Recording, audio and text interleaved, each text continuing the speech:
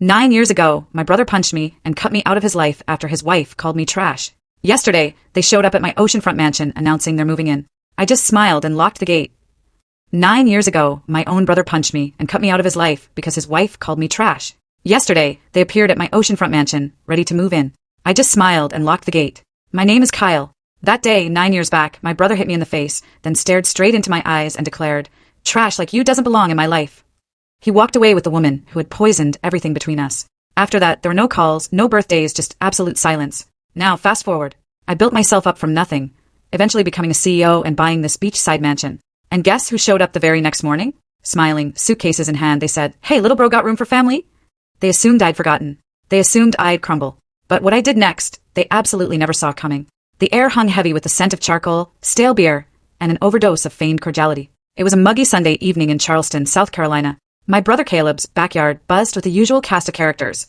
Cousins catching up, uncles tipsy on light beer, someone charring ribs on the grill and faking culinary expertise. I stood apart, plastic cup in hand, nodding, smiling, playing along. I dreaded these gatherings, yet I returned every year, clinging to a desperate hope that this time, they might finally stop treating me like an afterthought. My sister-in-law, Venus, floated through the groups, her usual fake smile plastered on, a southern debutante turned queen bee. Everything about her screamed, "I own this family."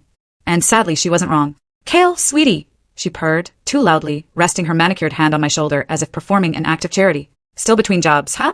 Must be nice. All that free time." Her words hit harder than a physical blow. A few people nearby offered nervous, soft chuckles, enough to make it sting. Caleb remained silent, taking another swig from his beer, his gaze fixed on the lawn as if it owed him something. "I'm actually freelancing now," I replied, keeping my voice level. "It's flexible. Pays well." Venus tilted her head. "Flexible is a nice way of saying living off other people's hard work, don't you think?"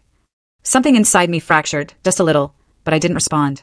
"Not yet." Caleb finally spoke up. "She's got a point, Kale. You're always around for free food and good company, but the rest of the year you ghost us." "Ghost?" I was the one who called. The one who showed up to help Dad fix the deck. The one who lent Caleb money when he and Venus were underwater on their mortgage. I swallowed hard. "I never asked for anything," I stated. "Oh, come on," Venus chimed in. "That's such a martyr thing to say. Just own it. You drift. You show up, empty-handed. You're 37 and still figuring it out. The family's tired." The family, as if I wasn't part of it. I looked around. No one spoke up. Not Aunt May, whom I'd driven 2 hours to pick up from the hospital once. Not Uncle Brent, whose lawnmower I'd fixed last summer. They all just stared into their drinks. Then I saw Mom, sitting quietly on the porch, holding something small in her hand. She caught my eye, then looked away, her expression unreadable, as if she wanted no part of this but wouldn't intervene either. My chest tightened. I turned back towards Venus, ready to say something, anything. But Caleb stepped between us, his eyes glassy, his